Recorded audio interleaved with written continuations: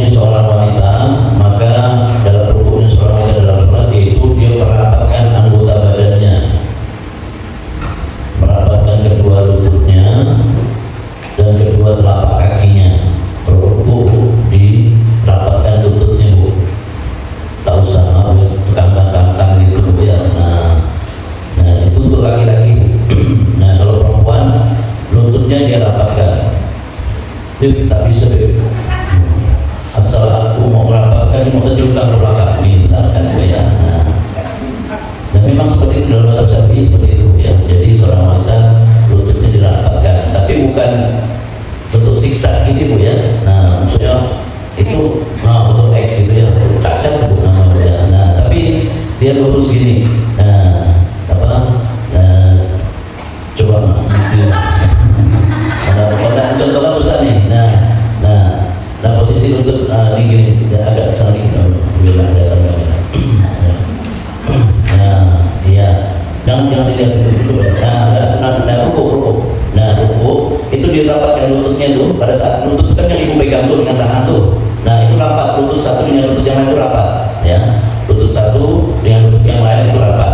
Nah terus kemudian kedua telapak kaki juga dia rapat, ya. Nah aku rapat. Ya, saya cukup. Kita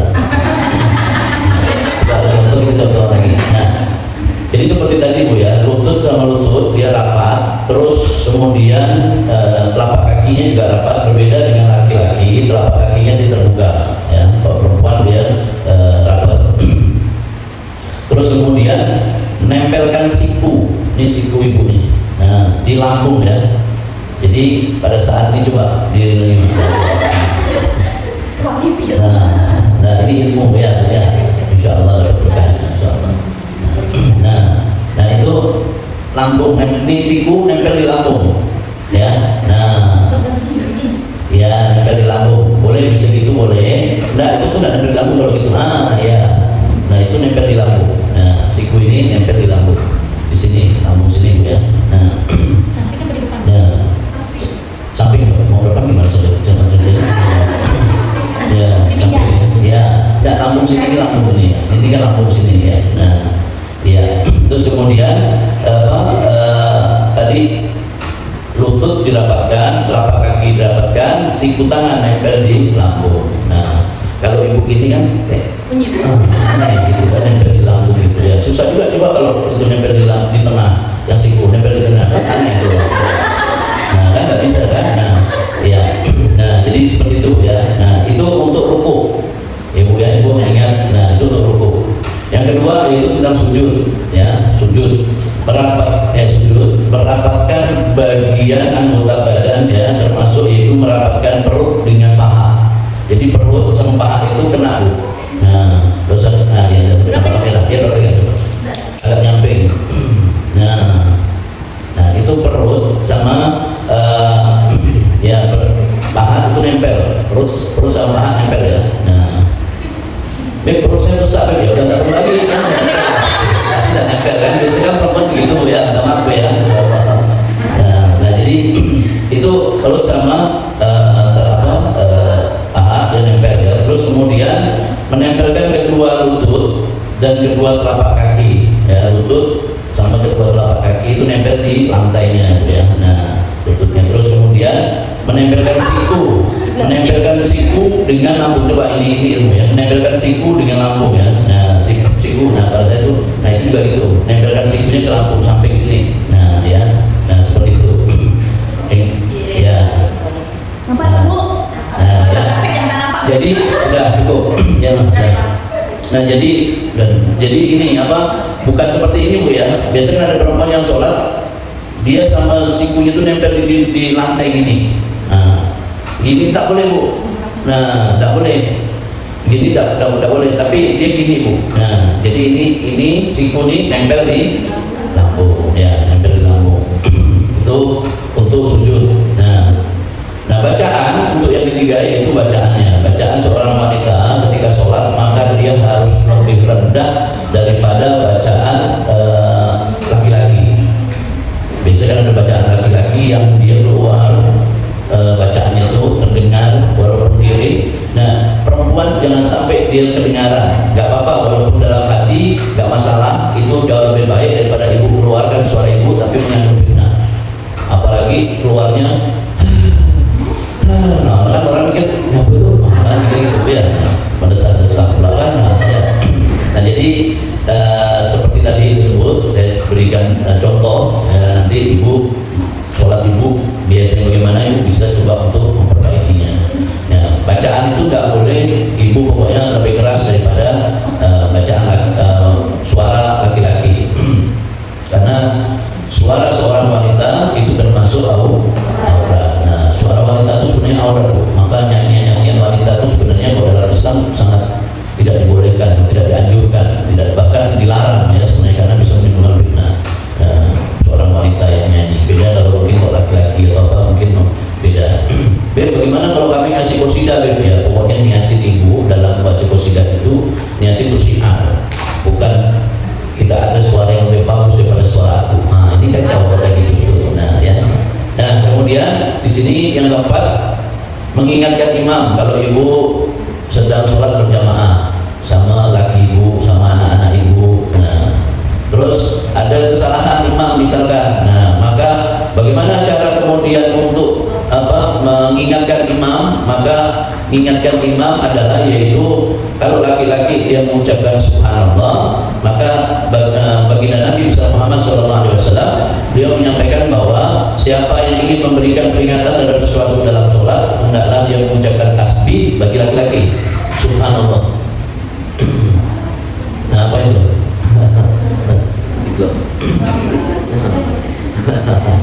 Nah, terus kemudian bagi wanita yaitu menepuk tangan kanannya ya.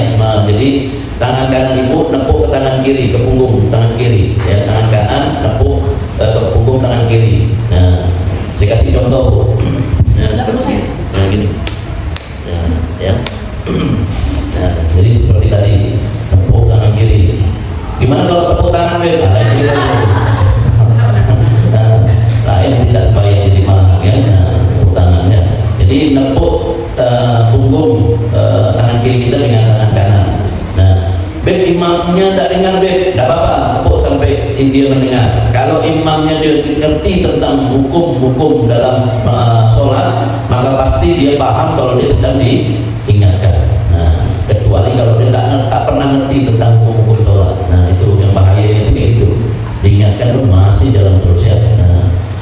Dan kemudian yang kelima aurat ya, aurat bagi seorang wanita yang di sholat, maka seperti pernah saya jelaskan seluruh anggota badannya itu tertutup kecuali wajah dan telapak tangan ya. Nah kemudian apakah boleh seorang wanita dalam sholat menggendong anaknya dalam sholatnya? Maka di sini disampaikan bahwa dibolehkan bagi wanita untuk menggendong anak laki-laki atau anak perempuannya ketika dia sedang sholat ya, baik sholat fardu maupun sholat sunnah. Anak ibu nangis ketika ibu taruh di samping dia kan, anak ibu nangis, dia nangis, ibu sedang sholat di sampingnya. Jadi kemudian ibu boleh mengambilnya, ibu gendong boleh. Nah ibu gendong boleh, tapi dia haus mau disusuin, jangan disusuin di situ. Karena nggak boleh terbuka auratnya bu ya, nah nggak boleh. Nah Beb itu kalau anak Beb, kalau laki yang punya nangis ya jangan juga bu ya, ini itu anak bu ya, anak yang dia tadi tersebut digendong oleh ibunya maka dibolehkan. Nah terus kemudian anak itu baik itu anak laki-laki maupun anak perempuan, anaknya tadi tersebut ini sesuai dengan hadis dari riwayat Ahmad, Nasai dan yang lain dengan sanad yang hasan atau baik ya. Dari Abu Qatadah beliau menyampaikan bahwa Rasulullah SAW beliau pernah menggendong Umamah di pundak beliau. Umamah ini adalah putri pada Zainab binti Rasulullah SAW ya. Nah kemudian apabila beliau rukuk, kalau rukuk diletakkan anak itu. Nah kalau udah naik digendong lagi di pundak beliau ini. Nah jadi kalau Rasulullah gendong pundaknya gini. Nah ya, bukan dua-duanya gini pegang dua, tapi satu seperti ini. Nah setelah itu lalu kemudian kalau ibu bagaimana, apakah boleh gendong seperti ini anak bayi? Boleh bu, karena anak bayi ketika ibu gendong kayak gini terpulai ke belakang, nah bahaya malah. Tapi boleh ibu gendong seperti ini ibu. Nah boleh diayun-ayun Beb, jangan. Nah ya jangan, Syafi'i kita bisa melakukan 3 gerakan dan 1 rukun, itu juga bisa nanti tak membatalkan sholat kita.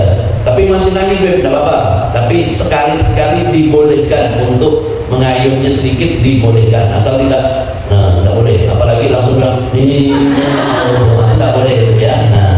Nah kemudian Rasulullah tersebut kalau udah pada saat sujud diletakkan anak itu, mama itu letakkan. Begitu juga ibu, kalau anak ibu misalkan nangis, kalau ibu sujud, ibu letakkan dulu, ibu fokus sujud.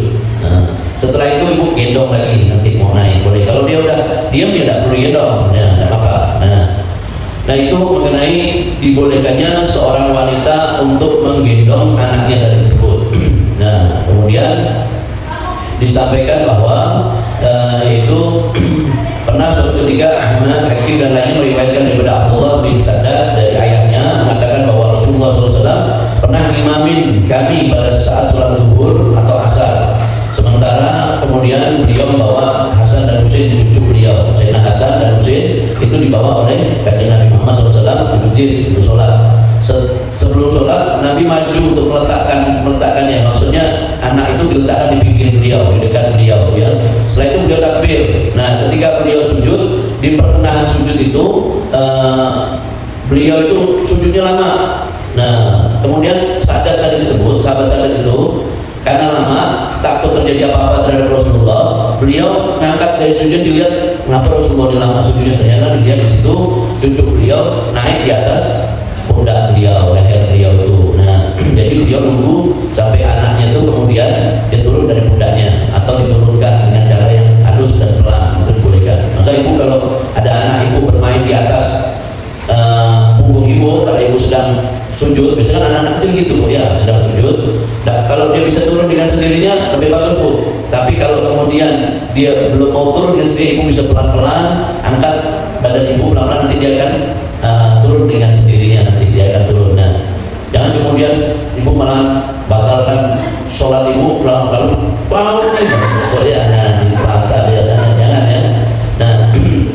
Nah inilah menggendong anak ketika sholat itu dibolehkan. Nah tidak dibedakan antara sholat fardu dan sholat sunnah tersebut. Ini menurut pendapat mazhab Syafi'i. Kemudian mazhab Malik hanya dibolehkan membawa anak ketika sholat sunnah. Ini dalam mazhab Malik ya. Nah, sedangkan sholat fardu tidak boleh. Nah, itu dalam mazhab Malik. Jadi kalau ibu melihat ada anak yang nangis tapi tak diangkat-angkat sama ibunya, ibu jangan marahin dia. Siapa tahu dia bermazhab Malik, ya jangan kita marahin dia. Mungkin dia punya mazhab sendiri, yaitu dia mazhabnya mazhab Malik. Dia tidak karena dalam mazhab Malik hanya sholat fardu saja, sholat sunnah saja yang dibolehkan seperti itu, sholat fardu tidak dibolehkan. Nah, tapi sebagian besar ulama memegang pendapat daripada mazhab Syafi'i karena lebih menguatkan tadi tersebut dalam sehari-hari. Nah kemudian masuk kita dalam perginya seorang wanita ke masjid. Saya pernah sampaikan bahwa seorang wanita itu lebih afdol, wanita itu sholatnya di rumahnya. Nah, sebagus-bagusnya Rasulullah menyampaikan bahwa sungguh kau telah mengetahui bahwa sholatmu di rumah itu lebih baik daripada sholatmu di bilik rumahmu. Ya, sholat dalam rumah. Sholat di bilik rumahmu itu jauh lebih baik daripada sholatmu di kampungmu. Nah, maksudnya di masjid tadi tersebut ya. Sholat di kampungmu lebih baik daripada di masjid di kampungmu atau masjid yang besar lagi ya. Musola tadi yang pertama musola, ini kemudian masjid. Nah, namun di sini baginda Nabi Muhammad SAW beliau juga menyampaikan bahwa jangan dari Abu Dawud, diriwayatkan dari Abu Dawud dari Ibnu Mas'ud radhiyallahu anhu, semoga Allah meridhai beliau, bahwa Rasulullah SAW itu bersabda, janganlah kalian melarang istri kalian untuk melaksanakan sholat di masjid, meskipun sholat di rumah mereka itu lebih baik. Jadi ada pembolehan seorang wanita dia sholat di masjid, tapi dengan persyaratan. Apa persyaratannya? Yaitu untuk menetapi adab-adab Islam dengan baik. Wanita yang ingin sholat di masjid, sholat waktu di masjid, maka dia harus dengan akhlak, adab dan baik. Tidak dibolehkan seorang wanita di masjid sholat berjamaah di masjid dengan berdandan. Maaf ya, kadang-kadang dandang, lipstik semua udah lengkap. Nanti kalau dikasih tahu suaminya, dia pandai yang marah. Nah, nanti aku nampak jelek, nampak kayak orang bangun tidur, tidak apa-apa. Karena Allah bukan melihatmu seperti itu, karena tidak menjadi kewajiban juga seorang wanita untuk sholat tadi tersebut di masjid, tapi dibolehkan dia untuk sholat di masjid tadi tersebut ya. Nah kemudian tidak dibolehkan berdandan, apalagi pakai wangi-wangian, tidak boleh bu. Nah, pakai wangi-wangian ibu nggak boleh sholat berjamaah kemudian ibu pakai wangi-wangian. Kalau puasa misalnya ya. Nah bangun tidur belum ini, kalau ibu mau pakai wangi-wangian, ibu habis mandi, ibu pakai itu boleh. Tapi ketika kemudian ibu mau sholat, ibu pakai wangi-wangian, itu yang tidak dibolehkan, karena dikhawatirkan wangi-wangian itu menyebabkan fitnah buat laki-laki yang lain yang menciumnya dan tersebut mencium baunya. Nah, dan kemudian tidak dibolehkan juga seorang wanita berlama-lama untuk di masjid, itu tidak boleh. Ya, jadi kalau sudah selesai, assalamualaikum warahmatullahi wabarakatuh, cepat ibu kalau bisa pulang ke rumah kalau memang mau sholat di masjid. Jangan sampai kelihatan sama laki-laki yang lain. Nah, datang pada saat terlambat tapi pulang dengan lebih cepat, itu seorang wanita yang dia ingin sholat di masjid. Makanya safnya perempuan itu paling belakang itu jauh lebih baik ya, safnya perempuan itu paling belakang itu jauh lebih baik. Nah ini saya sampaikan kepada ibu agar ibu bisa menjadi pemahaman, terutama tadi mengenai sholat segala macamnya, mengenai sholat ruku, sujud, bacaan. Nah itu ibu ingat baik-baik ya, amalan-amalan. Nah ini ada beberapa hal di sini yang sudah saya sampaikan. Mungkin nanti saya potong-potong ini kan, dan saya potong-potong karena panjang. Nah jadi begitu juga kalau kadang kita sholat maghrib ya, hari raya itu kan kadang kayaknya tampilnya lebih apa ya, heboh gitu. Dan seorang wanita tidak diperkenankan untuk sholat dengan memakai pakaian yang memancing perhatian. Dia punya mukena lekung itu, sebelah sini merah, sebelah sini hijau, bawah kuning, bawah lagi ada rumbai-rumbainya. Itu mancing orang untuk dapat melihat, tidak boleh memakai itu. Dia pakai mukena batik boleh tidak? Iya sebenarnya boleh-boleh aja sebenarnya. Cuma sangat tidak dianjurkan wanita itu memakai pakaian sholat yang bercorak, itu sangat tidak dianjurkan.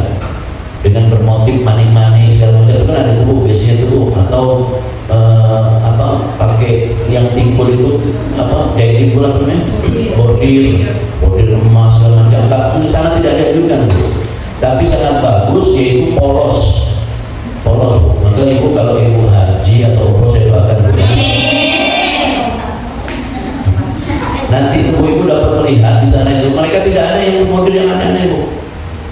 Rata-rata warna hitam, tapi putih ada sebagian banyak. Orang putih itu orang Asia biasanya, Indonesia, Malaysia. Tapi kalau orang di sana itu mereka punya hitam semua mereka. Nah, kenapa hitam? Kalau mereka sering berhitam karena hitam itu dia tidak nampak cahaya. Ketika dia tipis dia tidak langsung nerawang itu tahu nggak kelihatan dalamnya, itu tidak nampak bayang-bayang. Tapi kalau putih bu, kena cahaya matahari dari depan, di belakang lihat ada segitiga pengamannya misalkan. Nah itu nampak bu. Kalau hitam dia tidak kelihatan. Makanya orang-orang mereka banyak pakai hitam gitu ya. Nah jadi seperti kayak bermotif itu tidak dianjurkan bu. Nah Beb, saya ada di bermotif, gimana ya Beb ya? Ya udah apa-apa, pakai yang penting dalam kesempatan. Mungkin di rumah ibu pakai boleh, nggak apa-apa. Tapi kalau ibu keluar lebih baik nggak usah. Saran saya seperti itu. Ya nanti kalau ada pertanyaan, ibu tanya ada apa? Ya. Soalnya kemarin itu saya live itu banyak yang mereka bilang, Beb buka sesi pertanyaan di TikTok itu kan. Kalau pengajian buka Beb sesi pertanyaan. Dia nggak tahu pertanyaan kita di lebih horor ya. Itu tak menjelaskan ya. Nah inilah saya bilang insya Allah saya bilang ya. Nah jadi kalau tadi mukena itu sangat dianjurkan ya, bukan harus saja, tapi sangat dianjurkan untuk tidak memakai yang berlebihan. Maksudnya berlebihan itu tidak berbordir warna-warni, tidak ada manik-maniknya, tidak ada warna-warna lain, tidak ada rumbai-rumbainya. Sangat dianjurkan mereka bisa satu warna yang lebih bagus ya. Nah kalau misalkan tadi udah motif batik, ya silakan lah. Kalau mau motif batik sholat ganti, tapi saran saya kalau bisa itu buat sholat di rumah. Beli bagus-bagus, masa ini web nggak dipakai, ini berarti kau beli hanya untuk dilihat sama orang, betul nggak Bu? Berarti bukan untuk ibadah karena Allah.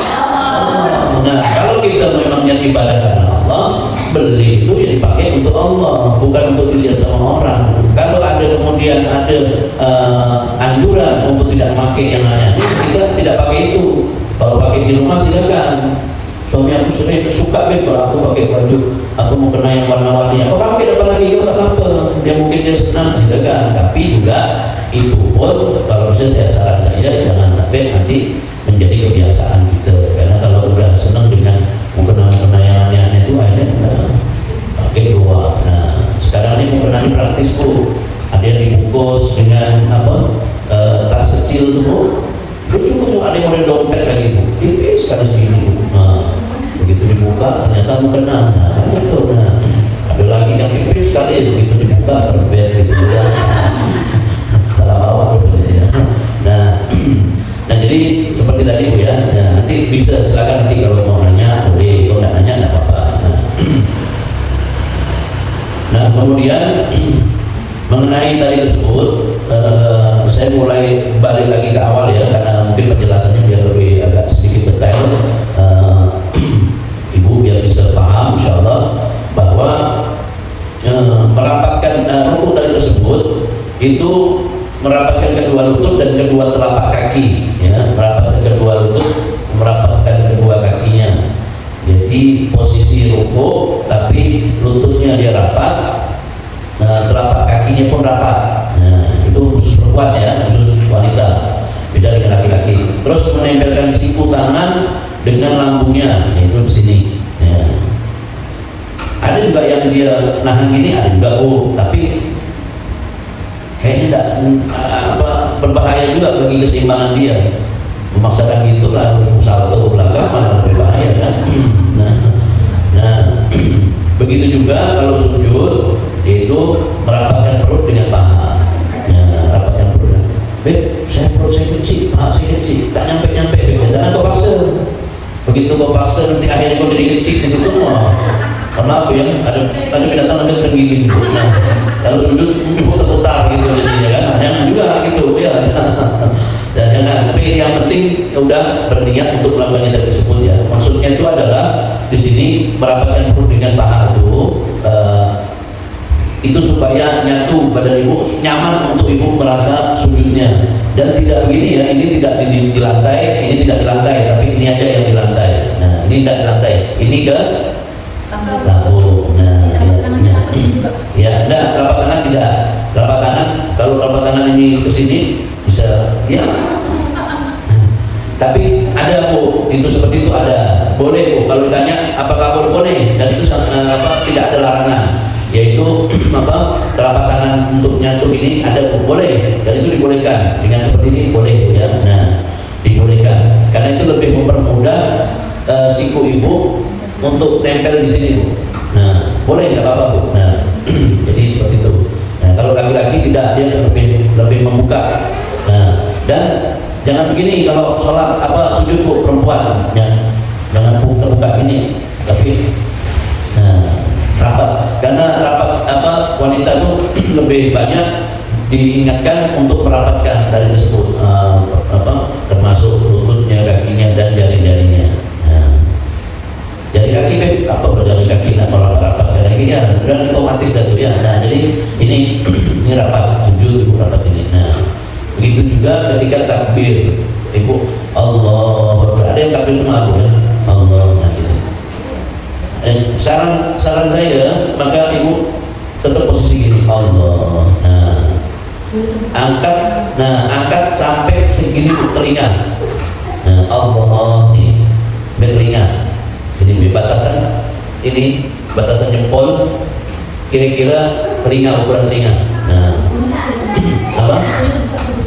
sikunya, otomatis kalau takbir dibuka harus terbuka ya, Allah terbuka. Tapi ada juga mereka yang tidak membuka, seperti Allah ini merapat ini Bu, merapat badan Allah Nah, tapi tidak lazim. Tapi kebanyakan mereka terbuka, habis itu mereka menutup dari sebut tetap dengan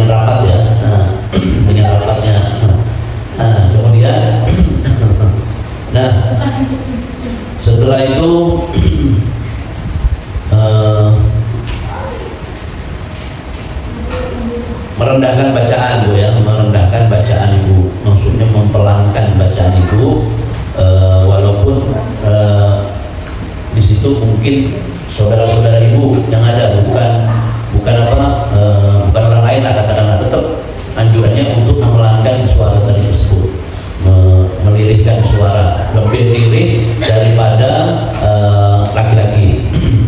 Nah,